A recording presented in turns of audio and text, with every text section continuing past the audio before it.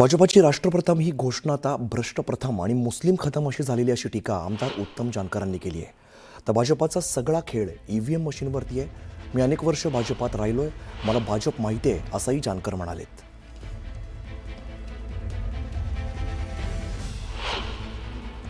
गोपीनाथ मुंडेंचा काळ होता, त्यावेळेची त्यांची घोषणा होती राष्ट्रप्रथम. आता भ्रष्टप्रथम, मुस्लिम खतम. या राज्यामध्ये मुस्लिम असताच कामा नये, या देशामध्ये मुस्लिम राहता कामा नये. ही भूमिका घेऊन हे सरकार स्वतः लढतंय आणि इथं मात्र त्यांनी मशीन लावली.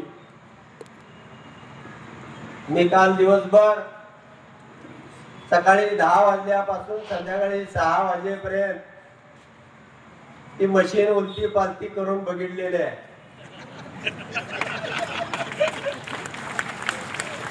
त्यांचा सगळा खेळ त्या मशीनवर होता. बुलेटिनमध्ये आता घेऊया बातम्यांचा वेगवान आढावा. लातूरच्या औसा नगर परिषदेत सत्ताधारी भाजप विरुद्ध राष्ट्रवादी काँग्रेस अशी लक्षवेधी लढत होणार आहे. औसामध्ये 30% मुस्लिम मतदार असून हे मतदार निर्णायक ठरतील असा अंदाज व्यक्त केला जातोय. अकलूज नगरपालिकेच्या निवडणुकीत खासदार धैर्यशील मोहिते पाटील यांनी लावरे तो व्हिडिओ ही स्टाईल वापरली आहे. आपल्या जेलमध्ये टाकण्याच्या धमक्या दिल्या जात आहेत, मात्र आपण धमक्यांना घाबरत नाही असं सांगत धैर्यशील मोहिते पाटील यांनी थेट भाजपाला इशारा दिला आहे. वाशिमच्या मंगळूरपीर नगर परिषदेच्या निवडणुकीच्या रणांगणात राष्ट्रवादी अजित पवार गटाचे उमेदवार अशोकराव परळीकर हे उभे आहेत. मला नगराध्यक्ष म्हणून निवडून दिल्यास मी शहरातील बेरोजगारीचा प्रश्न निकाली काढून नागरिकांना रस्ते, वीज तसंच स्वच्छ मुबलक पाणी देण्यासाठी सरकारच्या विविध योजना शहरामध्ये आणीन असं आश्वासन त्यांनी दिलं आहे. धाराशिवच्या आलम शहर विकास आघाडीचे उमेदवार संयोगिता गाढवे यांच्या प्रचारासाठी भूम शहरात रॅली काढण्यात आली. तानाजी सावंत यांनी उमेदवारांसाठी शहरात पदयात्रा काढली आणि यावेळेला त्यांनी विरोधकांवरती जोरदार हल्लाबोल केला आहे.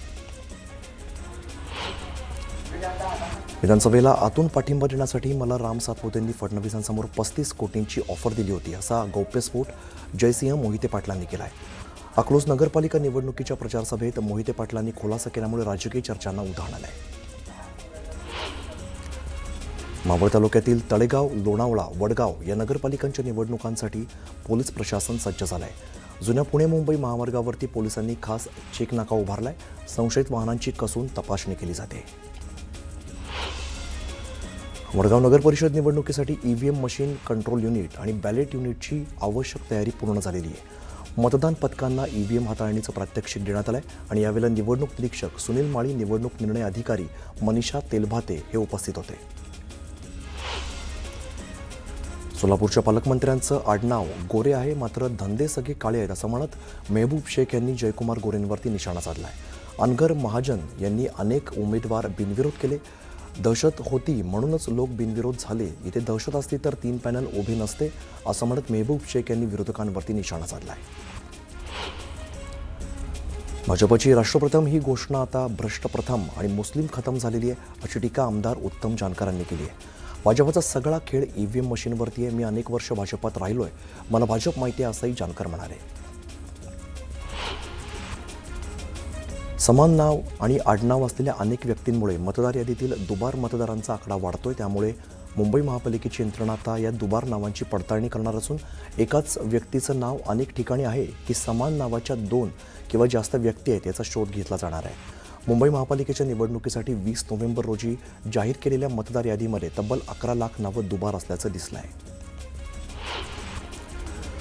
लोणावळ्यातील राष्ट्रवादी काँग्रेस, शरदचंद्र पवार पक्ष, राष्ट्रवादी गट आणि काँग्रेस समर्थित नगराध्यक्षपदाचे उमेदवार राजेंद्र सोनवणे यांचा प्रचार आता अंतिम टप्प्यामध्ये आला आहे. जुन्या पुणे-मुंबई हायवेची वाहतूक कोंडी, शहरातील मूलभूत समस्या हेच मुद्दे असल्याचं त्यांनी सांगितलं आहे. या निवडणुकीत विकासाचा आराखडा घेऊन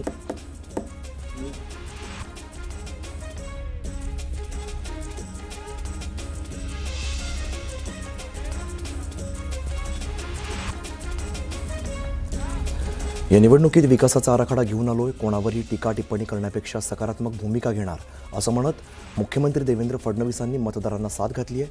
भंडाऱ्याच्या तुमसर या ठिकाणी आयोजित सभेत ते बोलत होते. बीड जिल्ह्यात अजित पवारांनी उमेदवारांचा जोरदार प्रचार केला आहे. बीडमधल्या विविध पतसंस्थांमध्ये 6 ते 7 कोटी अडकले असल्याचं अजित पवारांनी म्हटलं आहे. तर येणारी 5 वर्ष सत्ता देण्याचं आवाहन सुद्धा त्यांनी मतदारांना केलं आहे. धाराशिवच्या परंडा भूम नगरपालिकेच्या निवडणुकीत तानाजी सावंतांकडून जोरदार प्रचार केला जातोय. भूम परंडा नगरपालिका निवडणुकीत तानाजी सावंत संपूर्ण शहरात फिरून प्रचार करतायत. सर्वपक्षीय विरोधक एकत्र असले तरी त्यांना व्हाईट वॉश देणार असल्याचं म्हणत त्यांनी विजयाचा विश्वास व्यक्त केला आहे.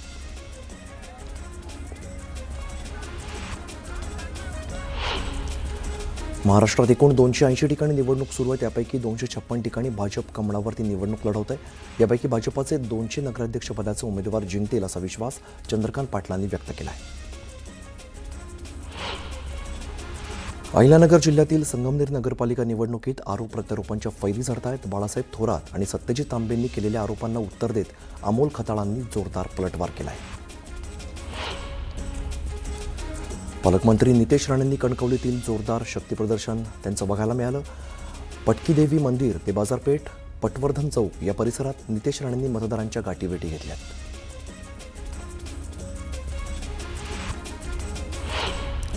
भाजप आमदार मंगेश चव्हाणांनी किशोर पाटलांवरती टीका केली आहे. किशोर पाटलांनी त्यांच्या लोकांच्या विरोधात सभा घेतली. पाचोऱ्यामध्ये नगराध्यक्षपदाच्या उमेदवाराविरोधात सभा घेतल्याचा आरोप मंगेश चव्हाणांनी केला आहे.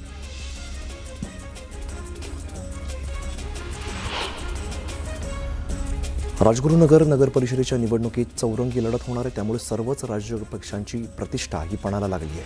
विकासाच्या मुद्द्यावरती जनता आम्हाला संधी देईल असा विश्वास राष्ट्रवादीचे उमेदवार किरण आहेर यांनी केला आहे. निवडणूक आल्यावरती एकही रुपयाचा भ्रष्टाचार करणार नाही असं थेट प्रतिज्ञापत्रातच लिहून जयसिंगपूरमध्ये सुदर्शन कदम निवडणुकीच्या रिंगणामध्ये उतरलेत. भ्रष्टाचाराची कीड संपवण्यासाठी निवडणूक लढत असल्याचं त्यांनी स्पष्ट केलं आहे.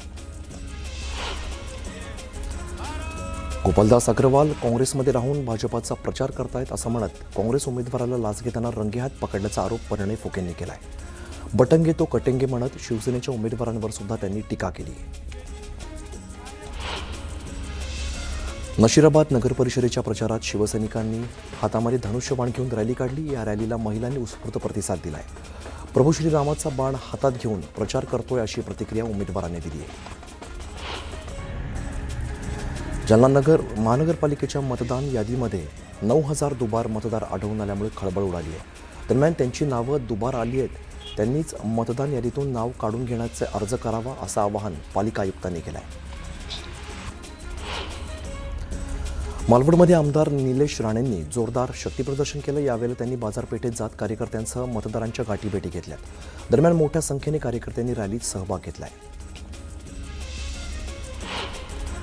यवतमाळच्या वणीमध्ये चंद्रशेखर बावनकुळेंच्या प्रचार सभेचं आयोजन करण्यात आलं होतं. विधानसभा निवडणुकीत केलेली चूक नगर परिषदेत न करण्याचं आवाहन त्यांनी मतदारांना केलं आहे.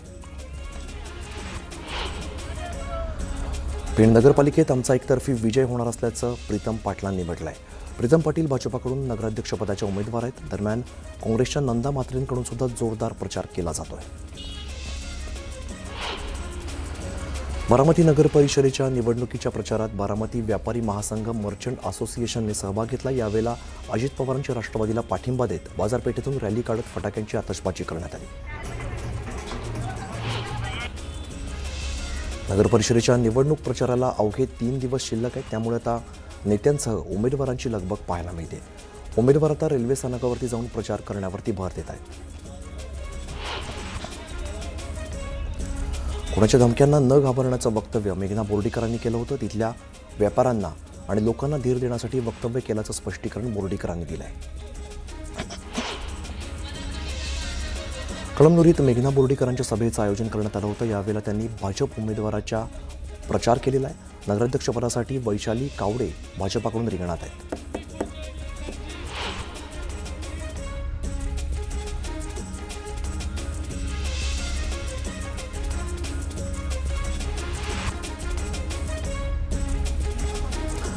राज्यातील सत्ताधाऱ्यांनी लोकशाहीची हत्या केल्याचा आरोप अनिल देशमुखांनी केला आहे. तर या निवडणुकीपासून व्यवस्थेत बदल करायचा असल्याचंही ते म्हणाले. नशिराबाद नगर परिषदेच्या निवडणुकीत उमेदवारांकडून जोरदार प्रचार केला जातो. यावेळेला अपक्ष उमेदवार गायत्री वाघुदळे यांनी ढोलताशांच्या गजरामध्ये नारळ फोडत प्रचाराचा शुभारंभ केला. दरम्यान मोठ्या संख्येने महिलांनी उपस्थिती लावली. जळगावच्या नशिराबादमध्ये आमदार सुरेश भोळेंनी जोरदार प्रचार केला. यावेळेला त्यांनी भाजप शिवसेनेच्या उमेदवारांना विजयी करण्याचं आवाहन केलं आहे.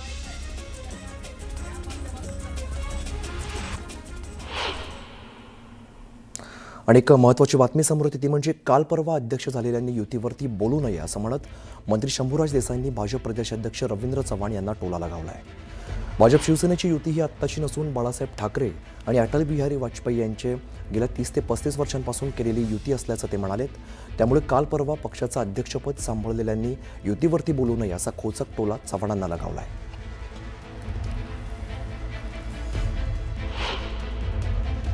एवढी जुनी युती श्रद्धेय अटल बिहारी वाजपेयी साहेबांनी आणि हिंदू सम्राट शिवसेना बाळासाहेब ठाकरे साहेबांनी केली. त्या युतीबद्दल मला 2 तारखेपर्यंत किंवा अमुकच वेळेपर्यंत युती टिकवायची असं काल परवा त्या पक्षाच्या अध्यक्ष झालेल्या रवींद्र चव्हाणांनी बोलणं योग्य नाही.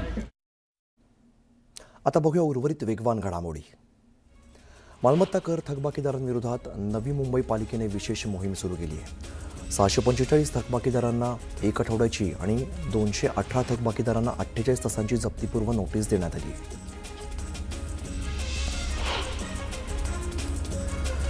एअरबस कंपनीच्या A320 या विमानांमध्ये सॉफ्टवेअर अपग्रेड करण्यात येणार आहे. याचा मोठा फटका अन्य देशांप्रमाणे भारतीय विमान कंपन्यांना सुद्धा बसणार आहे.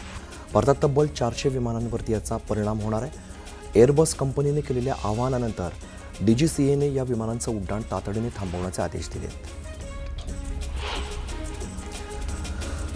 मुंबई शहरात गेल्या काही दिवसांपासून तापमानात चढउतार सुरू आहे. सकाळी गारवा, दुपारी वाढणारा उकाडा याची लाट तसंच संध्याकाळी पुन्हा ओलसर हवामान या सतत बदलणाऱ्या वातावरणामुळे श्वसन विकारांचं रुग्ण वाढण्याची शक्यता तज्ज्ञांनी वर्तवलेली आहे आणि विशेषतः दमा, ॲलर्जी यासह इतर रुग्णांवरती सुद्धा याचा अधिक परिणाम होणार आहे.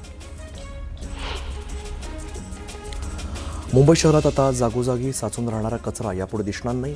मुंबई स्वच्छता राहावी आणि कचऱ्याचं वहन वेगाने आणि दुप्पट क्षमतेनं व्हावं यासाठी मुंबई महानगरपालिकेच्या घनकचरा व्यवस्थापन विभागाने ताफ्यामध्ये 30 नवीन अद्ययावत मिनी वाहनं समाविष्ट आणण्याचा निर्णय घेतला आहे.